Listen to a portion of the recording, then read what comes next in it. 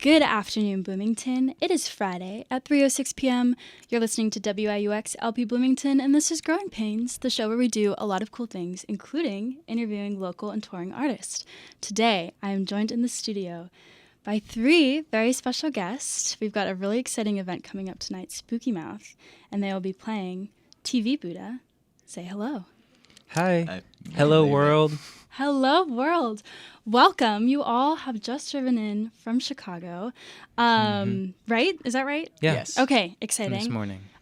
So welcome to Bloomington, for those of you whose first time it is. If you wouldn't mind going around, introducing yourself, and telling us what you do in the band, I would love to hear that. I'm Johnson Rockstar. I play guitar and sing mostly.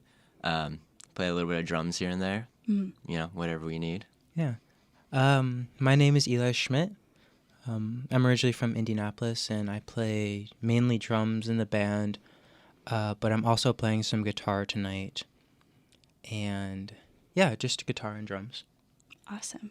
I'm Kai. I'm not really in the band, but I have a car, so we used my car to get over here. Kai's playing guitar with us too. I'm going to play He's bass playing on bass. a Sister Ray cover. Yeah. Hey, Yeah. you can't spoil it. Oh, Well, now they all know. my bad. Well, now I know what to look forward to. Well, welcome all three of you onto the show. TV Buddha, relatively newer project is the sense I'm getting. Well, in theory, it's existed for about a year. Okay.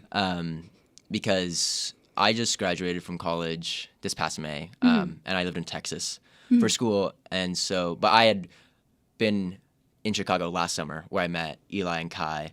And then at the end of that summer, I went back to school in Texas, and then we all were in New York for a weekend, and just like There to hanging see out. Pavement. Yeah, to see Nice. those good old boys, Pavement.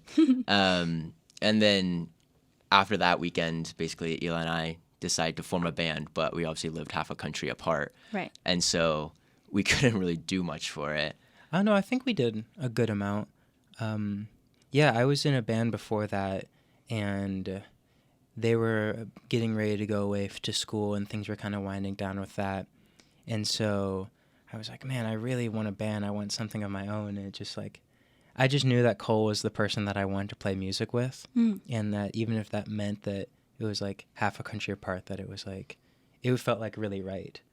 And so we kind of just started sending files back and forth. And I didn't have GarageBand, or I didn't have Logic like Cole did, so the file sharing was pretty bad for a while. And he came to Chicago for about 4 days in December of last year. And it was like the first time we'd ever played together, and we recorded most of what became the first project record kind of thing that we put out.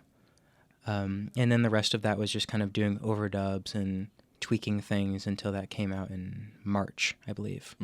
And so then we played a show during South by Southwest, Yeah. because I lived in Austin at the time, and Eli and Kai both had come down, and then didn't do much from then on to the rest of the summer, and then in August the three of us moved in together, and so since then Eli and I have actually been able to like play together on a regular basis and have played a couple shows Yeah. since I moved to Chicago, and have like actually been able to like rehearse though and like Yeah, write like songs actually together. have a band. Yeah. It was like, when I came to Austin, it was like the most stressful like 2 days ever. It was just like had not ever played the songs really before other than writing them. Yeah, It right. was just like, oh my gosh, like we're going to play for so many people we know. Like we can't mess this up. Yeah. But it was, I mean, it was a messed up show. I'm not going to lie. It was But it's pretty- raw. It was raw. So, But yeah. like the thing is, like with our friends, at least how I feel about it is like the most impressive people I know are our friends, and so like Right. we definitely felt pressure to like want to sound good or cool or have cool stuff that we work on. But the problem was that because the record was recorded so disparately, it had kind of like flourished or like overgrown into with a bunch of overdubs and stuff. So there's like lots of parts that like Yeah. a duo couldn't really play, and so it wasn't like the best type of stuff. So now we've been like the music we've been working on is much more geared towards like a live setting or what we can actually just play the two of us and have it sound normal. Cool. Will we be hearing a mix of new and already published stuff tonight? I think tonight's all new. new. Oh, exciting. We haven't really been playing any of the old stuff. We did an improvisational set at this record shop in Chicago recently, and our friend Jasmine was playing harmonium with us. And so we played for 45 minutes, just kind of flowing in and out. And there were a couple of times we did like older songs that just happened. But in a planned set, no, we're not going to play any old stuff. Sorry. Sorry for all of our thousands of fans. That's still come tonight. Well, they're getting the taste of the old stuff on right here on Growing Pains. Oh, so. Are we playing it? Yes, we're going to play Let's through go. some songs. Which one are you playing? I think I'm going to play all 4 of the songs you sent, if that's... Okay, yeah, play them all. Cool. Let's just rack to up give... those streams. Yeah, get us that Bandcamp money, please. Okay, perfect. We're going to start off with Dumb Angel, I think, the second song on the record. That's Kai's favorite. Okay. Yes. Awesome. I really wanted them to play it. We someday. Someday. Maybe tomorrow. Yeah, well, we figured, like, we were going to play some older stuff, a couple songs, and then, like, Eel and I... we're practicing the set and we realized it like already filled up like the amount of allotted time with just the new stuff, so we're like I guess we don't need to play any old stuff. Yeah, but maybe we'll slip it in. Yeah. Who knows? Well, we can listen to it now for sure. Dumb Angel, I hope the listeners enjoy. Thanks for tuning in. TV Buddha, enjoy. Get it.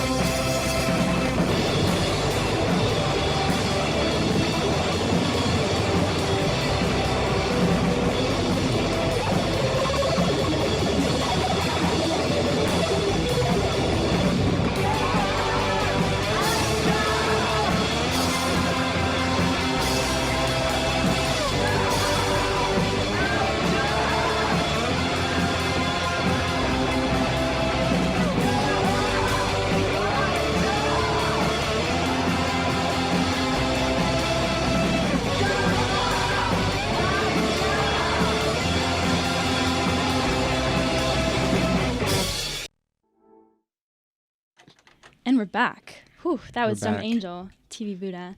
Can you just tell me a little bit about that song? Anything that comes to mind?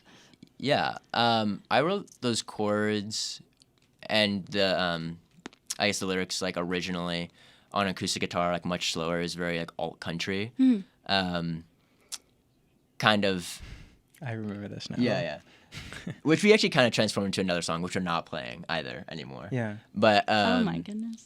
but it was so it was just a very different tempo, cadence, and then I brought it into the studio when Eli and I were working in that session last December, and it just like wasn't really like going anywhere And at I was the time. It was just like more pedals. Yeah, Like add more pedals. and so Eli kept like pushing. He was like, "Oh, like why don't you try an electric guitar? Let's like do it faster."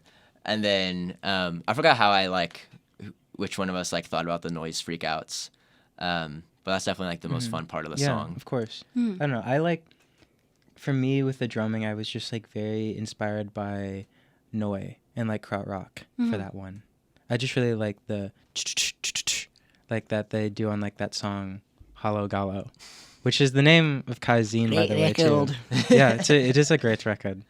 But yeah, just that kind of like really like steady like hi-hat drumming like throughout, even like through the noise parts, or like the way that like Yola Tango does that too, where it's just that really like steady beat. Even though at that time like I probably wasn't, it's not the best drumming on the song. I've gotten better, so it's not that steady, but it's steady enough. Yeah, and definitely like Ira Kaplan for me, is like one of the biggest influences on me for guitar, and obviously that whole song, or like the solos, I guess, are like just Yellow Tango rip-off worship. But it's fun. Yeah, when we played that live in Austin, that one was really raw, and I really cut up my fingers playing that, I think. Every time we play live, Cole's fingers are kind of just mutilated. They look like they've gone through like a paper shredder. I don't know how he's. Well, gonna I just do don't know how this. to play guitar. Yeah, but I don't know how you're gonna do it this tour of playing 3 days in a row. Like I'm gonna have to. Well, like, I'm playing Kai's guitar, revive so you. it's probably gonna be better. I hope so. Yeah, the guitar, the action's very high. So I think it leads to blood spilling a Yeah. little. But that's rock and roll. It's though. very cool Yeah, It's looking. really cool. Cool. Yeah. Could you tell me a little bit more about your initial meeting each other and first impressions? Oh, what was yes, that this like? is Yeah, a good story. it's a funny story. Wait. Do you want to tell it or do you want me to? We can both tell it. Yeah, we'll tell. Like, it was kind of funny. So, there's like, but during the song, we were talking about kind of the Chicago scene and naming a bunch of bands, and a lot of the bands we named are all like kind of within a certain scene, or at least came out of like the same scene. And a lot of that was like kind of publicized like about a couple years ago and stuff. And so, I was a fan of all those bands. Like just when I lived in Texas, because it's great music. And I already knew that I was going to be in Chicago last summer for a job. And I'd always wanted to move to Chicago. And so I was kind of there just to test that out. And so my like second day I was in the city after moving there, I was completely alone, like didn't know a single person in the city. But I saw that Post Office Winter, which was Eli's other band that he drums in. Yeah, we were playing a show, and it was at. We thought it was just like a normal show, but it turned out to be this kid's like high school graduation party that was at this bar, and there was a terrible like scum punk band that was playing that was like yelling at people, and this like ska band, they were like taking their shirts off and like talking about nipple hair, and it was a really bad show, and Cole was there, and he was like in a full suit. And I was just like, who is this kid, like, in this full suit at this show? Like, he's definitely the only one that's not a part of this family. I was also, like, the only person who was 21. Yeah, because it was probably. all high school kids and their parents. Yeah. And it's, like, all the high school kids were, like, watching the show, and the parents were sitting at the bar. And I guess they, like, booked out the bar. So it was, like, an open bar, and there was free pizza. So for me, it was, like, a double win, because I just, like, got What free an beer awesome and pizza. thing to wander into. And yeah. we had, we'd covered, like, an LCD Sound System song. Love. And Cole was like, whoa, like, that was such a cool LCD Sound System song. And I was like, yeah, like, that, thank you. Like, and he was like, yeah, I'm just here from Austin. I was like, whoa, that's crazy. Maybe I'll see you again. And then I saw him the next day, and I probably saw him, like, the day after that. Yeah. Just, like, at shows. And I was like, man, this guy's ahead. Like, I should invite him to Record Club. Yeah, and then... And then we became friends. Yeah, well, the first time we actually hung out was actually after one of Kai's shows with his old band, Dwall Troop. They're playing at this venue called Subterranean. And after the show, me, Kai, Eli, and our friend Sophia just went out and got really bad pizza. We got Demos. And It's a Chicago. They have like this pizza that you put. There's macaroni and cheese like on top of the pizza. That sounds incredible. It's incredible. it's like a 2 a.m. staple. Yeah. Yeah. And so that was like our first like actual hang. And then Eli invited me to Record Club, which is like this very special space that Eli has hosted for a couple years now. That's now in our home, which is awesome. And since then it's just been buds forever. Then that was history. Wow. So it sounds like you all are in a bit of we're in a transition period where you've all since moved in together. Yeah. And I mean, how has things changed in your relationships and your thoughts on music? Like, what's been the past year been like with so many moving parts? Well, I hate these guys now. Living with them. Right. Awful Ugh. people. Yeah. Terrible, terrible people. Stinky. I think Especially it's just that like Yeah, I'm stinky. living with these two.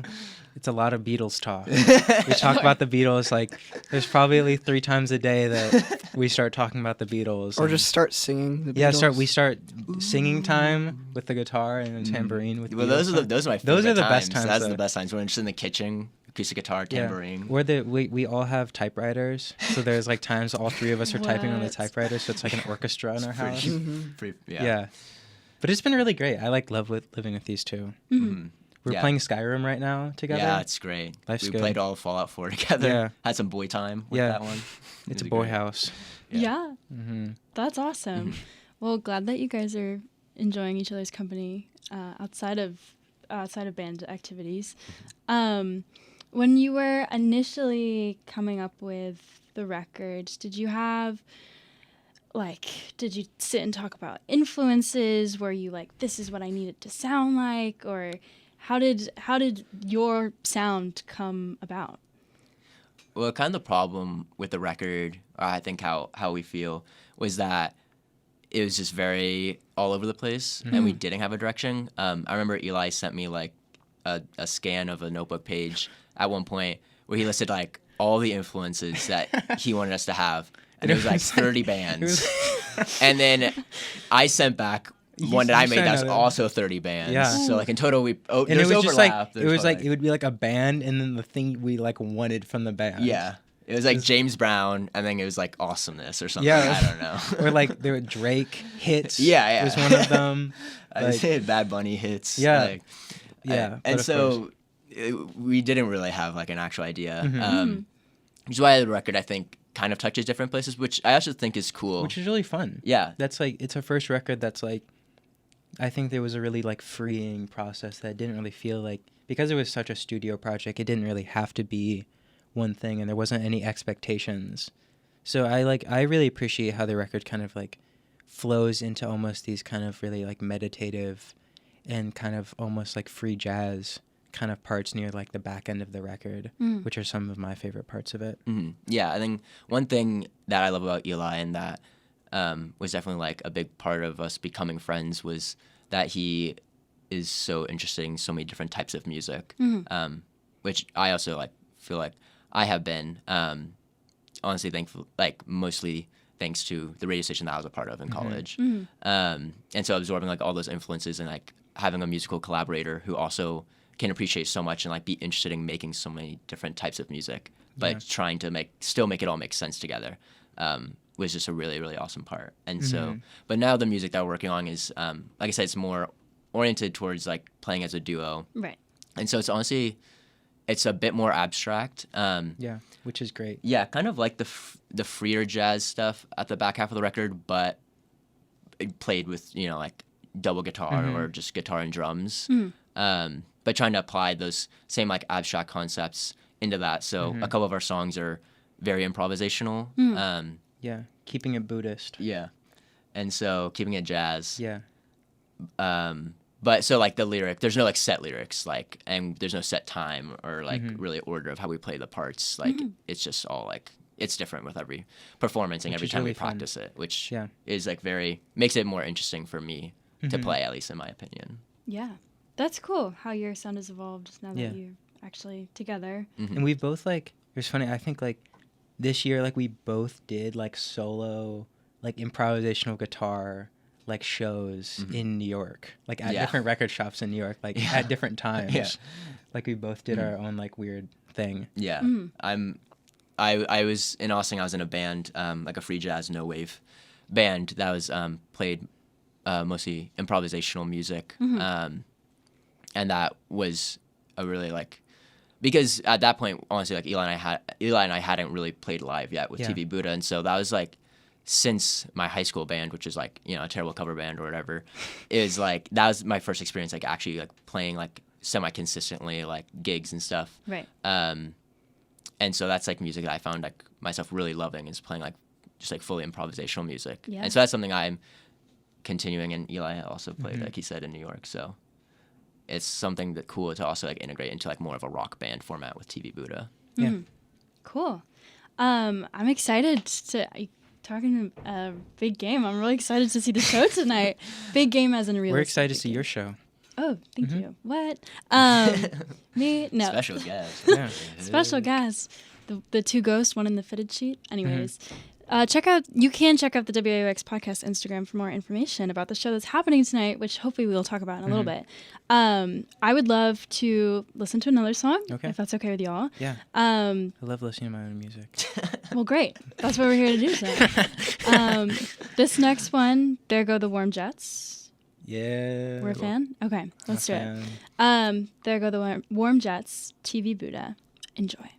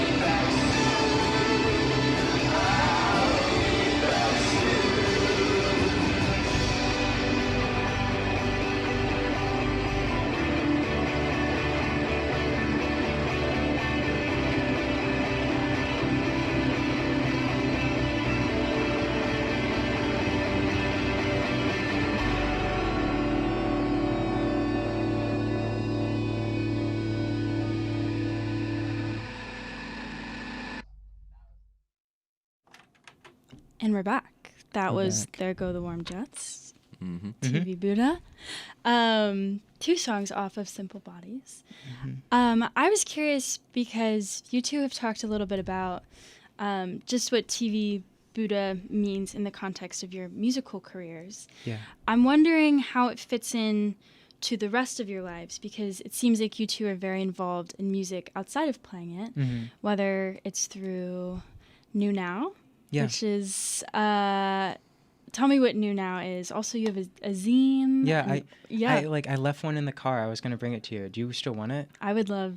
I mean, I can run out to the car after this and give it to you. We'll But- run out together. okay. I'll escort you out. Yeah. But yeah, so I do this thing called New Now, which started in my house like 2 years ago, where I'd have bands come and play in my apartment. It started because I wanted to have bands on my radio show, Yeah. but it was still kind of during the station was shut down during the pandemic, and they were like, oh, you can have bands like on Zoom and it'll be cool. And I was like, no, like I'm not going to do that. It would Like, not be cool. I need to have this like full control over myself. So I just had like friends come in and play, and that just kept happening. Now it's to the point that like someone reached out from this like booking agency called Local Universe.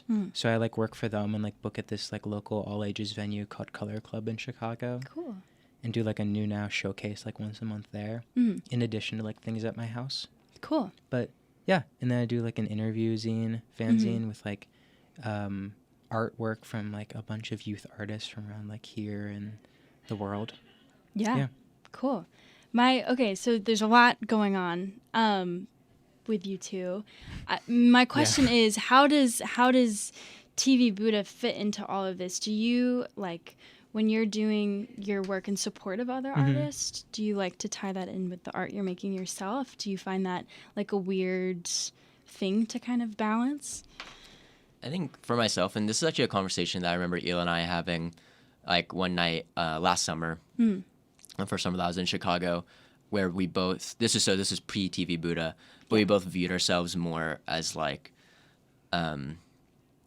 supports, or like, I think the word we were using was like facilitators for music scenes and art happenings, rather than like musicians. Sure. Like still very much for myself. Like I view myself that way. Like I don't view myself as like a musician first. I view myself as a music fan and someone who like tries to uplift or like do what I can for a music scene before being like a musician myself. And so that's always for me been like working at the radio station that I worked at and promoting artists from across the world that way. Booking shows. I booked a lot of shows in Austin, and now I also work at a venue and book shows. And so just trying to like do those sorts of things. And then when TV Buddha fits into that, that's great. But Sure. it's never like nothing I do is with the intention of like, oh, I want to have this, cool show, and then so like TV Buddha can like get all the attention for it or whatever. It's more like I just want to like have people hear cool music that I think is, pushing some kind of envelope in some kind of way. And if we get to play cool shows within that, like that's great too. Yeah. That I feel the same way, that I think TV Buddha isn't something that's at like the forefront of my life and my relationship with people. I mean, obviously with Cole and I it is, but like it's like I mean, our friends care about it and our friends are supportive, but I don't think we're really in a place that we're like really super concerned about, okay, like how are we going to get this like off the ground? Like how are we going to make like a bunch of money off of this? Like it's just been really fun just to play. Kai's signaling us with a no, our manager in the corner. We're trying to sell records. We're trying to here. sell out. So records here, boys. Yeah. Go on. Well, yeah. But yes, I think that TV Buddha is a really special thing, and I'm really glad that we have it. And it can be this artistic output.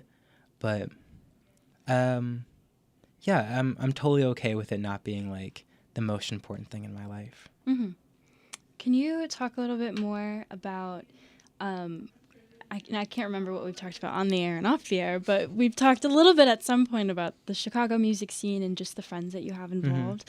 Can you tell me more about that And Sure. yeah.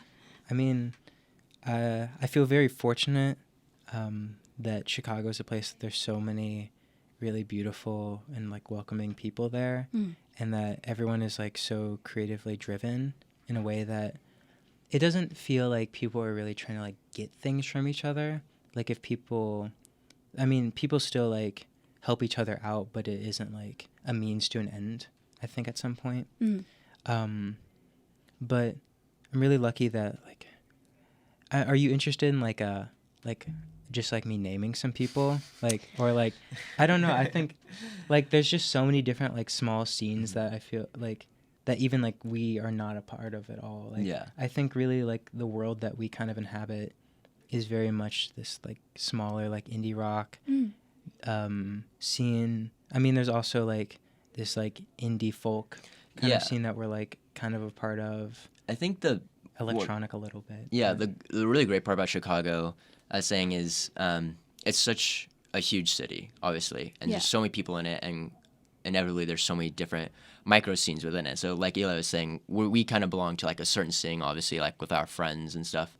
And thankfully those friends are all really amazing people, and at different times, Eli and I both came in as outsiders and were welcomed in. Eli when he went to school at DePaul, and then me 2 years later coming, and then him being part of now that like set scene kind of, but then also like I guess like paying it forward and like helping welcome me in. And those were just both like very revelatory experiences for us. But the great thing about Chicago being so huge and so many different scenes is that we're kind of in our little corner of the world, but we have access or brush up against so many other scenes. So like Eli was saying, there's also this like folk scene that's kind of like tangential to us, that's a little bit older for the most part, but has some great bands in it, like Hazel City. Yeah, Hazel City. Like our friend's band that kind of straddles the two is Free Range and Marinda. Marinda's great. But then there's like Seema Cunningham, and then they also like kind of leads like into Macy Stewart, who also has a leg in the experimental Chicago scene, which I'm a really big fan of. There's lots of venues like Elastic Arts. And like International Anthem is a huge label in the city. I mean, we have like Will, who has this project, Reservoir, who's great. Ben Lamar Gay is really wonderful. It kind of all like bleeds into itself. There's a great rap scene too. This guy Joshua Virtue, Cash Prez, Kai Crusade. I don't know. I think Cole and I are both really interested in trying to kind of bridge those gaps, because the gaps are pretty big at points. That like there aren't that many people that like will go into all of those different spaces. So if we can book shows that it's like, oh, there's a rapper, there's like a jazz band, and then there's like a rock band, and they're all together, or all these different ages too, and really try to bring those people together. I think that's really important. And it's been hard because like I don't really know if people want to go to those shows sometimes. It's hard to get people to come out to them, but I think it's important. Yeah, and I think like when I grew up in a pretty small town on the West Coast, and like there's not much going on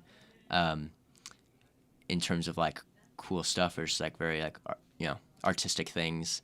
And so I think, and Kai could kind of talk about this having grown up in Chicago, but like in Chicago there's so much going on, and there's so much cool stuff. And it's like Eli was saying, like sometimes we book shows that we think have really great artists, but like they don't have that great of attendance because it's just like gaps between music scenes and different like micro cultures within different micro scenes.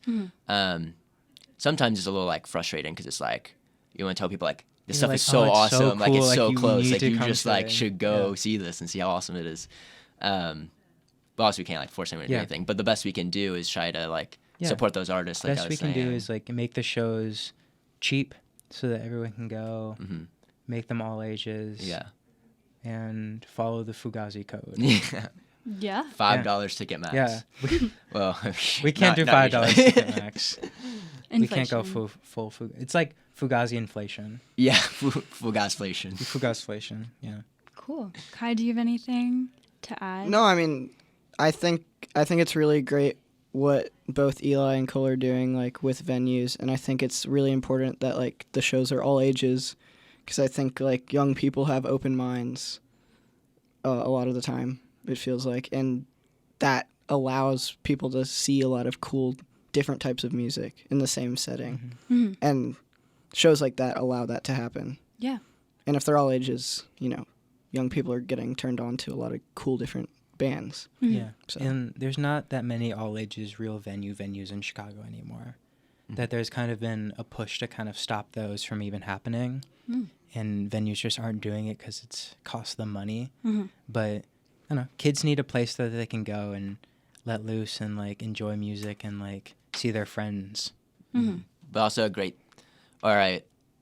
a positive externality of like the municipal policy that has like led to venues moving more towards 21 plus shows or 18 plus shows is that obviously then there's I have a business degree, but there's like you know, a demand in the market for all ages shows, Right? And so Business coming out. yeah, so that then Municipal. pushes young people or people who physically, you know, aren't allowed into these shows to Right. start having shows themselves, and that leads to more of a DIY ethos, and you know, contributing to that overall like DIY spirit, which I think is something that's really special about Chicago. Yeah. And just the scene that we kind of like come from. Yeah, I mean, there's definitely like a demand for it, and it's like people want to be able to see shows, and that's like why I started trying to like play all ages venues and stuff like that, or you know, get in that zone and book more shows like that or whatever, because it's just like you really you just have to do it yourself at a certain point. That's the only way you can make sure anything good gets done, is if you just go and you do it yourself. Because no one else is going to do anything for you. Wow. Words to live by. Wisdom. Wisdom from TV Buddha. Well, that is really cool to hear. And it was interesting hearing you talk about scenes. Like, the way you're describing them almost felt like there was like a certain physicality, like, to the way you talk about them. But I was just interested, you all being relatively college-aged, but being in a city that, you know, has colleges, but it's not a college town. It was just making me think about how the music scene there compares to Bloomington, which is a college town, but also has a thriving music scene. And I think the longevity of certain bands and like the fact that, like, my knowledge of the Chicago music scene is there's certain groups of bands that I've just known about for a while that have kind of stuck together and have been around, but there's also space for new musicians to you know, play with those bands and, you know, start something new of their own. So it was just cool to hear how that might compare. Bloomington's a great city, though, too, for music. It's like better than Indianapolis. I mean, I think so. I was just talking about that with someone because today I went to both for the first time, and someone was saying the difference between like Chicago and the different college towns in Illinois versus like Indiana and Indianapolis versus Bloomington is like, no, not many people are wanting to like are that drawn to Indianapolis after graduating out of Bloomington, and so people just like hang out and cool stuff continues to happen even after people like, graduate. Like Secretly's here. Oh yeah. Plenty of good record shops. This radio station, I mean, like Cirque du You's from here, kind of. Yeah. Well, when Eli told me that like we had this opportunity to be interviewed here, I was really excited because like since I was like first got into music at the beginning of high school, I was like I've always been really into college radio, and I know like Bloomington was like one of like the really big stations. You know, back college radio still matters a lot, but like when college radio was like a really we were the big largest thing. at one point in time. We were Yeah. the largest college radio station. Exactly, and so like being like on that level, like the WFMU type station, like it's just like so awesome, and just like thinking about all the decades of artists that have like had the privilege of being a part of this, whether being on air or their music being played. I think the DJs that have contributed to the music scenes like over the years is just like it's just incredible. Well, yeah. Well, So yeah, this Bloomington rocks. Thank you. Yeah, I love living here, and thanks for saying such nice things about WIUX. Yeah, there's like it's crazy sometimes if I think about the history. I'm like, oh my god, like you're just part of a long line. Hopefully that will continue on for even more years to come. But it's like I don't know. Wow, getting existential right now in the studio. Cool. Yeah. Well, awesome to hear about the different scenes. I haven't had any bands from Chicago or anyone from Austin on yet, so welcome. You're the first. But I'm just trying to think about what we can talk about while we have time. I would love to hear a little bit about. I guess I could also talk about the show tonight, but you're going on a 3-show run with Soft and Dumb, 2 shows in Illinois after the one tonight. How did that come about? How do you know Soft and Dumb? What are you excited for? I know Soft and Dumb because Travis, the drummer, he went to school in Urbana. He's originally from Evanston, Illinois. But he just kind of cold messaged me one day, and he was like, "Hey, like I know you know about Chicago music scene. Like we should just get lunch and I can learn about it more." And I was like, "Okay, I don't really know who you are, but like, let's do that." And so then we just met and we hung out, and it was super cool. And I think his band is great. Him and Lainey are really wonderful. And so I've just like gone to a lot of their shows, and we've been friends with them. And we played this show up in Madison, Wisconsin with them in August. And afterwards they were like, "Hey, like we were supposed to do this show, it's a Halloween show in Urbana on this day. Do you guys want to do that?" And I was like, "Yeah, sure." And then it just worked out that like I had a Color Club, which is the venue I book at. Like I had a New Now show on Sunday with this band called Thanks for Coming. And so I was like, okay, that's 2 days. Like I want to go to Indiana, and like my sister's birthday is tomorrow and she goes to IU. And so it's like, Happy birthday. Was a good excuse to like, I can come down and like see her before her birthday. And I've always just like, I'm excited. I've never played in Indiana before, and it feels like a really good, like, it's kind of a homecoming, even though I'm not from Bloomington. It's like, oh, like I get to like my friends from Indiana and like my friends that go to IU get to see my show. And that's like, I'm really excited for that. And yeah, funny enough, I met Travis and Lainey from Soft and Dumb last summer when I was here, but I first knew about Soft and Dumb from college radio because they sent us the record and we put it in a rotation because it was great.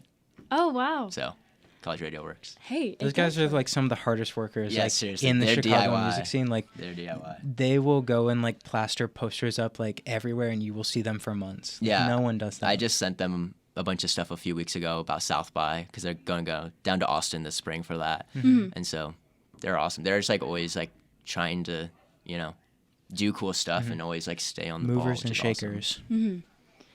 If you could talk, we've got like 5 more minutes left. I'm like dying to hear more about the South by show. Because it seemed like a lot of work must have gone into making it happen. Yeah, for sure. It Paul was, did most of the work. well, but none of it would have happened without Eli. We both did, or I don't even remember how I think, well, so like I said, I booked shows in Austin when I lived there. And to me, I knew I was going back to Chicago, but the whole first summer I was here, or there in Chicago, I kept telling our friends like, "Oh, you guys got to go down and play South by," and I kept messaging people like in the fall, like, "Are you guys applied to South by?" And then like eventually like a few of our friends, It was like everyone. yeah, and then like was, basically everyone was like, "Oh yeah, actually we're like official artists now," or whatever. Yeah. And I was like, "Awesome." And I have always really wanted to throw my own South by show because I had helped throw ones for the radio station, but wanted to like have more of one that was, you know, just I could support like all my friends. And so someday, probably when we were talking about TV Buddha stuff, Yeah, it Eli was and I just came like, up with the oh, idea like of doing we it. might as well just like go and play in Austin, and then be a good excuse to like put on a showcase. I don't know. It was a really like beautiful day. Yeah. It was like so many great bands played. Kai played 2 times. Our friend Isaac played 2 times. Yeah. Frico played. Free Range. Range. Noah Roth. And then some other bands not from Chicago. Yeah. Our friend Joe, who has this project called Pure Dream Magazine, played. And then a couple bands like Knife Play and Godcaster were also on the bill. We don't really know them. They're really sweet though. I didn't talk to Knife Play at all, but like Godcaster, like those guys are nice. Yeah, and Godcaster, like they're also like a really hard working band. They're like always Really everywhere. crazy though. Yeah, they were like insane. jumping off like the roof. He jumped like 20 feet Yeah, onto the stage. The lead singer like went out like 20 feet, and then like Eli had to carry the mic cable. Hold his mic cable because he like unplugged it, and he was just like singing, and like no sound was coming out. He was just like rolling. They're like real rock and roll. Kind of the point to it's like camp. Yeah, but it's like awesome. it's cool. Yeah. Respect. But yeah, so and I had a friend, or I'd reach out to a bunch of venues that I knew in Austin. It was going to happen in a church at one point, but then they asked me to pay $1,000. I was like, I'm not going to do that. And then I had a connection, a friend who worked at this new bar venue, who was just like starting to have shows called Tweeties. Shout out Jeff Tweedy. Yeah, unrelated, but it was like kind of ironic. And so yeah, we had it there. I like got some sponsors, like Ally This Records. guy got some like crazy. He got Topo like, Chico. Topo Chico. I got Ooh. Got Topo Yeah. Chico. And got lots Chirp of cases Radio. of Topo Chico. Yeah, Yeah. Chirp Radio, Ally Records, and Topo Chico. Wait, Yeah. Chirp. Yeah, the three. Sponsored Yeah. it. And then we put it on, just promoted it ourselves. Yeah. Eli actually recorded all the sets and then made a cassette tape. Yeah. Awesome. From like a song by each of the artists, and I put it out as well. Yeah. I made a few copies. I should do a bigger run of that. Yeah, it's we should cool. bring that back. Yeah. Maybe like for a year anniversary or something. Yeah. I don't know. Well, maybe I'll just do it now. Yeah. But it was, great. I mean, it was like an awesome excuse for me, at least, since I'd been so long since I'd been in Chicago, just to see all my like friends play again, because they all make awesome music. Yeah. And it's kind of like a celebration because it was like the last day of South by. Yeah. But unfortunately, that meant everyone was really tired, and Kai was like really sick. His So voice everyone, sounded crazy. It probably would have been better if it was like earlier in the week, because South by is like the most exhausting experience ever. Sure. But it was just a It's super fun weird. time. I've Yeah, I'd never love been to do there it before. again someday. Not this year, definitely not this year. I can't go this year. It sounded yeah, like no way. Oscar the Grouch on that show. It sounded cool though. It's a lot You fun, sounded though. rock and roll. Someone told me I sounded like Paul Westerberg, and I was like, oh crap. Yeah. It was a lot of fun though. But I mean, there were just there was the kind of thing. There was just a lot of really random people there. Yeah. Like the drummer of Brian Jonestown Massacre. Mm-hmm. And I think he like came up to me and he was like, "Hey, like, can I buy a tape?" He was like, "Your set was great," and I was like, "Oh, I think he thought I was in Lifeguard." It happens often. But then It's the hair. Yeah, I know. But then I sold him 2 of our tapes. Yeah. So hopefully he liked it. So maybe You Brian. dirty dog. What's his name? Anton. Has heard us. Anton, yeah, maybe Anton likes it. That's awesome. Well, I hope he does. Yeah. Or he did. That's really cool, and I hopefully would see you guys at a future South by. Hopefully. Unfortunately, our time here has come to an end, but I want to Alright. thank Cole, Eli, Kai for coming on the show and talking to me about TV Yeah. Buddha. I think this And was the thank you. least amount of music played on an Really? interview show that I've done. Well, we so- both are just like talk just, too like, much. talkers, We just yeah. like to hear ourselves talk a lot, and Yeah. so it's a problem. I don't know. I feel like just like both doing like radio, like we both kind of just like You get it. like play each other off really well. And it's just Mhm. like I don't know. We've never done an interview before. We're wrapping it up. Natalie, thank you so much for having us. course. Growing Thanks for having Pains, us. wonderful, wonderful show. Thank you for Yes. having We us can't on wait the to show see you tonight. Yes, and Spooky everyone, Mouth. Spooky Mouth. Information is on the WIUX Yeah. Instagram. Soft and Dumb, TV Buddha, Slug Rug, maybe a special guest appearance by yours truly. I don't know. I don't know. But it will be good music and Yeah. also live podcast. So Yeah. we'll see you there later tonight. Thank you all for tuning in. This has Mhm. been Growing Pains. I'm here every Friday at 3 p.m. We'll see you all next week with some band. We'll see. And until then, have a good Friday. Bye-bye. Goodbye.